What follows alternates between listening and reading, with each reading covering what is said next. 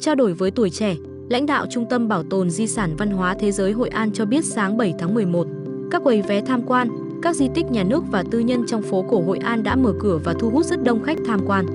Đơn vị quản lý các sự kiện ở phố đi bộ cũng đang chuẩn bị phục vụ trở lại các hoạt động trình diễn, phục vụ du khách.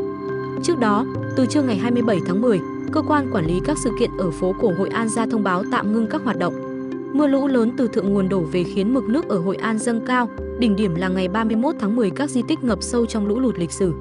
Dù vậy, chỉ sau ít ngày khi nước lụt rút ra, người dân, các cơ quan chức năng cùng sự hỗ trợ của 300 cán bộ chiến sĩ quân khu 5 đã khẩn trương dọn rác, bùn non. Chỉ sau một ngày, nhiều phố đi bộ đã khô ráo, sạch sẽ, hàng quán sáng đèn trở lại.